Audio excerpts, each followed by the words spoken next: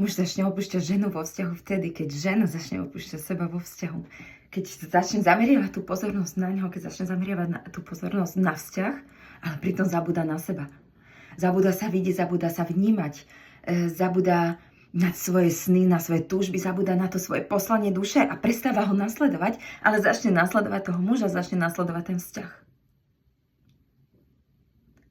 A potom prirodzene ten muž reaguje na tú ženu, ktorá sa opustila, a on začne reagovať presne rovnako a začne ju opúšťať.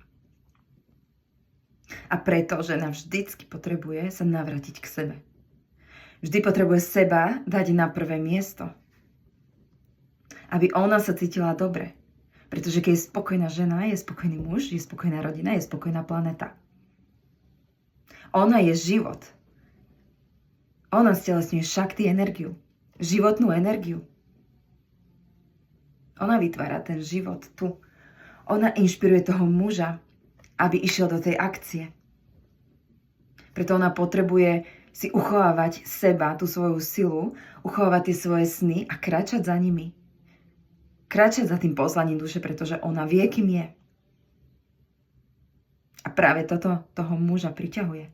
Toto ho pritiahlo vtedy. A toto ho bude priťahovať za každým v tom vzťahu.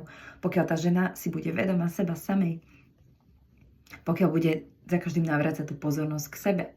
A nie k nemu a snažiť sa ho naprávať, snažiť sa ho meniť. A ukazovať na to, čo s ním nie je v poriadku, čo nie je v poriadku vo vzťahu. Ale za každým, keď obratí tú pozornosť k sebe. Vtedy pritiahne toho muža. A vtedy sa začnú meniť akékoľvek nezrovnalosti vo vzťahu. Vtedy sa začne ten muž meniť. Práve keď žena obratí tú pozornosť k sebe, aby ona bola vyživená, aby ona sa dobre cítila, aby ona stelesňovala seba, aby ona nasledovala hlas svojej duše a toho svojho poslania.